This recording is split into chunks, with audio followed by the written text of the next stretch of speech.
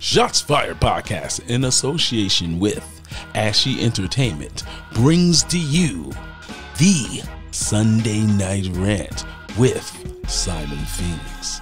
Tap in.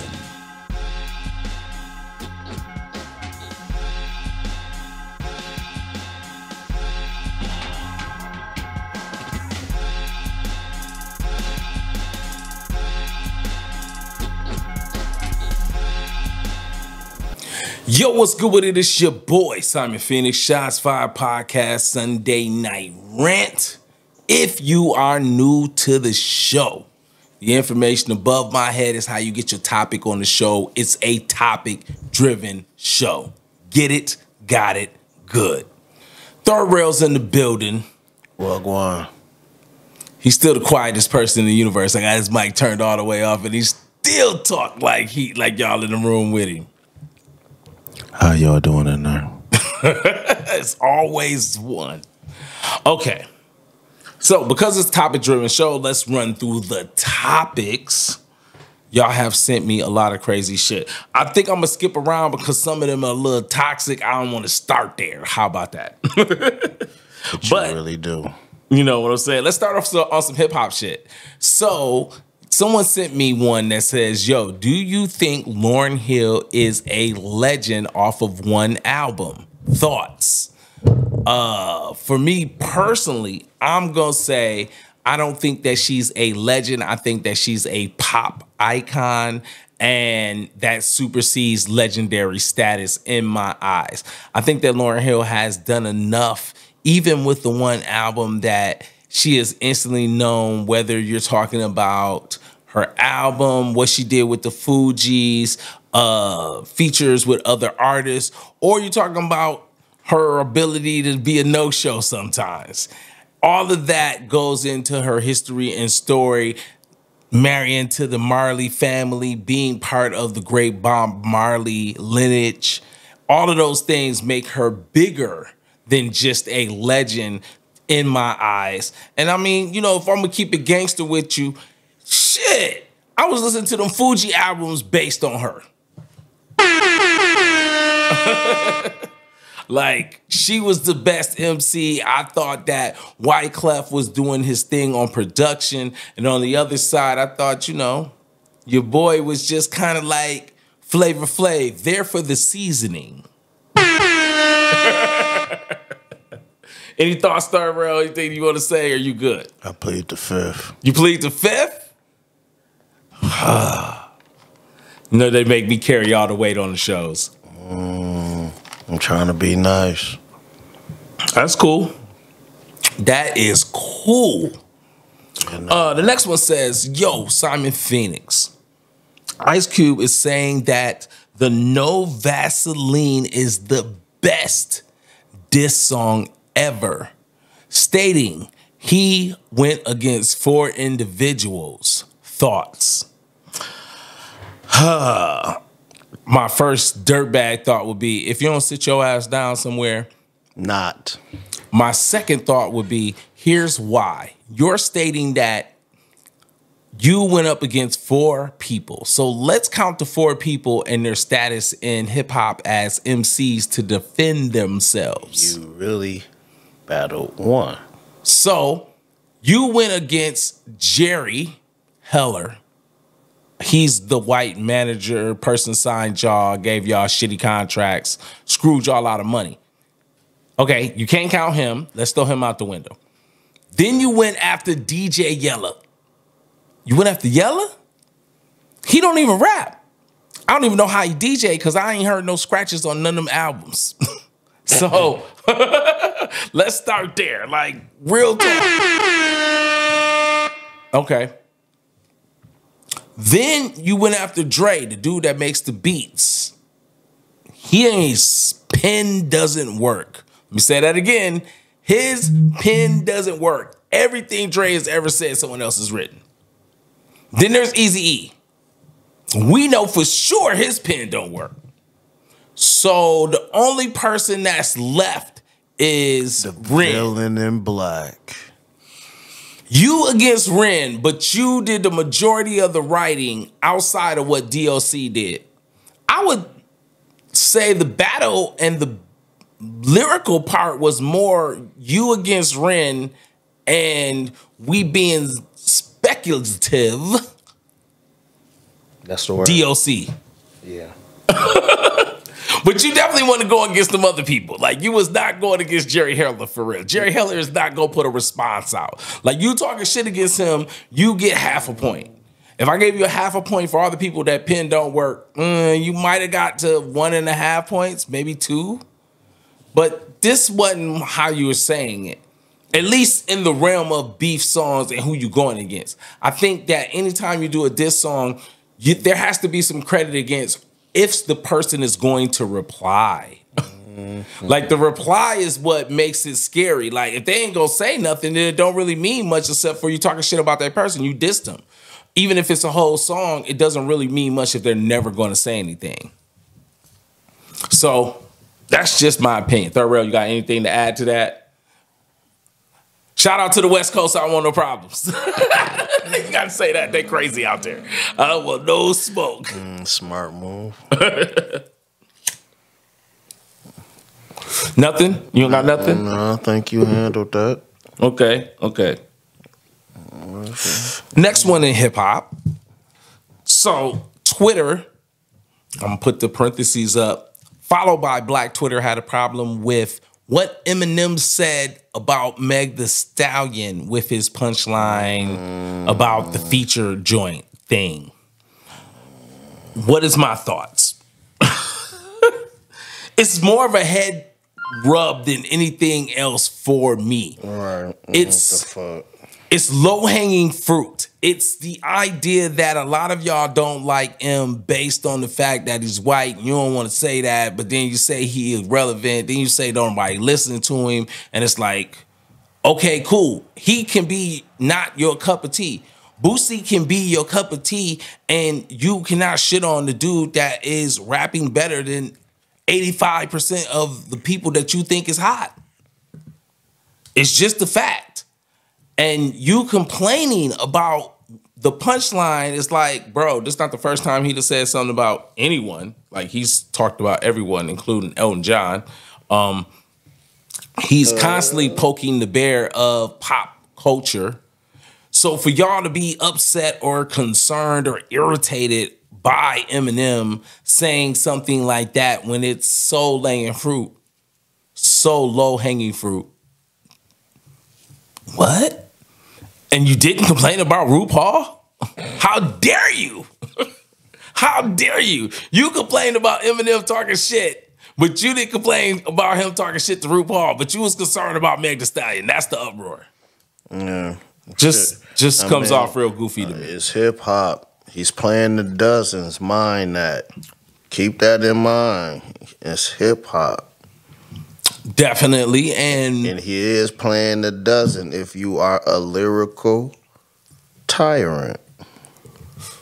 You know? All of that is true. On top of, she can defend herself, and she ain't paying that no attention. She know that's a friendly jab from somebody that's considered a legendary MC.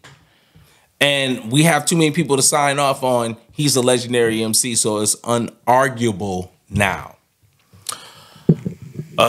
Any follow-up thoughts, Third Rail? Are you good? In hip hop, I think a hip hop artist, as long as he ain't talking about killing you, you know, everything is in playful manner, they should get the same pass a comedian get. Because y'all ain't going wild on these comedians. I mean, look at Cat Williams. He goes in. He been going in lately on these interviews, and I ain't hearing the same uproars. But I mean, there was some uproar with Cat, but I would say this, right? Like, the core of it is, yes, it's playing the dozens, but the secondary half is when you talk shit to an MC, they get a chance to talk back if they would like to. And therefore, I don't need the social police to show up to police situations in hip hop. Don't pick and choose if someone get picked with, oh my God, y'all being mean. No, that's hip hop. Tell your favorite MC, defend yourself if you got a problem with it. Simple. Very, very simple. There's beats and microphones. Do your thing. If not, shut the fuck up. Oh, okay. Moving on. Right. On to the next. Story time. You got a story? I got a story for y'all. Stories? I got a story. So this is story time. Let's get some story time music. Y'all like that, don't y'all? Cornball. Don't be like that, man. Don't be like that, man. Don't need you to be on your gangster. You know what I'm saying? You know what? And we ain't did this in a long time, so let's do this before the story. Listen, I am not nice, I am not kind, and I am not wonderful. Okay. That out of the way. Here's the story for you guys. So, a woman asks her best friend, do you know of an individual that I could do a pseudo lap dance striptease for? I'm trying to learn how to do it.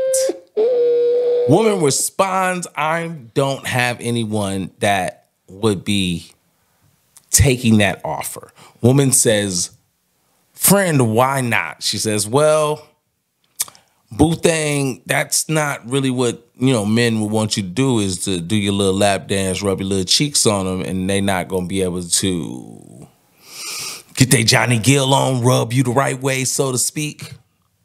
So, woman continues to say to friend, well, friend, do you know someone I could call and maybe ask? Woman says, yo, I don't know too many people. She says, call your male friend. Male friend is called. She says, hey, male friend, can you hook me up with someone that is willing to let me do my Moulin Rouge to them, let's say? Well, the male friend is like, absolutely not. I will not set my friends up for the okie doke, for the under the table play. You're going to rub all of that lovely chocolateness on those individuals, and they're not going to be able to sample the goods. Are you crazy? She proceeds to tell the male, hey, but it's a free lap dance. Male proceeds to explain to her, no, if you're going to pay for the fantasy, you understand that. And some have enough money to actually get lucky. But for you to ask someone to allow you to rub your feminine parts on them, and they cannot partake in a regular to normal setting, meaning that it's outside of the strip club, is completely wrong. She says, but it's a free lap dance. I said, baby girl, no one is that thirsty in the circle. Never that. So, for those of you who understood that, I say this. She had to be out of her cotton picking mind. Are you stupid or crazy? Maybe slightly dumb. Because there is no reason why you would think some man would want you to rub your luscious woman parts all over them and they cannot partake. That is crazy. It is ludicrous, but it is crazy. It is absolutely crazy. Not really. It all depends. Nah, son. Yeah, son. Nah, son. I don't want you strip dancing on me and I can't touch on you. No, because shit, I might not be pressed like you think I am. I mean, I'm not saying you're going to be pressed. I'm just saying I'm not setting myself up for that. I'm not pressed at all. Go ahead. Nah, it's one thing to get a seductive dance at the party. It's another thing for me to come to your house and you do your Moulin Rouge for me. Nah, boo-boo. That's going to fly with me. You ain't gonna do nothing but turn your cell phone. Yeah, you bullshitting. Third looking for the secret card out. I'm not looking for that. No, I'm just not gonna play that game at all. That just sounds for anything. That just sounds crazy. I'm not going. No. Damn. Anything else? You got something else you would like to talk about? Say, I already had to run through these quick because Father's Day is coming up, and I had to record this before Father's Day, and we had an audio problem last week, so didn't get the show out my bag. That's on me. So had to, get back in the booth real quick, fast, and in a hurry. Luckily, Thurrell was available since the rest of the crew was doing their thing. Because it's the weekend, baby. You know how we do. We in the streets. So, again, Thurrell, you got anything? Are you good over there? I'm always good. I mean, we know you lovely. You lovely, son. You lovely. Always good. So, happy Father's Day to all of the fathers out there celebrating. Hopefully, your family treating you right. Hopefully the hating ass chicks don't go bananas. I gotta tell the truth. It's gonna be some hating ass chicks that's gonna go bananas on social media. So hopefully they tone it down a little bit this year. And they don't do that. Who knows? But I'm hoping that's not what they do. Yeah. Oh, I had one more, right? So, and this was sent to me and I forgot to put it in my notes. So this on me. But I'm glad I remembered it. So last thing is, I was talking about the fake Keith Lee. So in my city, we have a woman, a person that they decided to be a food critic. And recently they got under hot water. So I had like several people be like, is you gonna talk about Big Sean? Because they was talking shit about one of the local chicken spots that we like that. And I was like, yeah, because y'all asking me to. But I didn't want to. Now, the reason I didn't want to is because she had beef with DJ JD. And so because they have been going back and forth, because as y'all seen when he came in for his interview, how she felt about his critique of her cheesesteak. And now she's a food critic. And so when she went to a local food spot, shout out Renika's. When she went to Rika's, right, the chicken spot, she had a problem with it. And a lot of people stood up for it. And now we back into, there's some beef. Now, normally I wouldn't cover this because I feel like it's some messy shit. She should have just left the shit alone. That would have been my move. But because she feels like she a gangster and she on her Keith Lee shit, she was like, I'm going to keep it gangster and this shit was trash. Now, I had this chicken before personally, and I've had it late night. I had it for lunch. It never misses. I think one time we got cold fries. Like, I know it happens. But I would say 95% of the time, everything is fire. Like, I have no problems most of the time. Like I said, one time, cold fries. So, and just how it went down just turned into some funny shit. And so since I had like 5-6 people tell me, hey, is you gonna talk about this? I'm gonna talk about it. Again, my suggestion is you might not want to be doing that. Like doing the Keith Lee thing with your reputation, probably not what you want. But you're an adult. You could do whatever you would like. I'm just saying it might not be what you want because it don't look like the people was really behind you with it. I ain't gonna even ask Thurrell what he gonna say because he's like, oh my goodness, nigga, you're wildin'. But this is what they wanted, bro. I didn't tell them to bring this to my table. This is what they wanted. Shout out DJ JD. Shout out Rika's Chicken. What up, Jay? You know what I'm saying? Like, I think it's crazy. But you know, shit go on. All right. I have been Simon Phoenix. This has been Shots Fired Podcast Sunday Night Rant. Anything you want to say third round before we get out of here, man? You know you don't talk. Not for real. He's right. One, everybody. One. All right. Holla at your boy. I'm gone. Move. I got it. Watch out. Yo. It's T Crazy, the real and not the fake. And you tuning in with Shots Fired Podcast with my boy Simon Phoenix. This shit is fire. How I know? He interviewed me. Check in, tune in, clock in. Huh?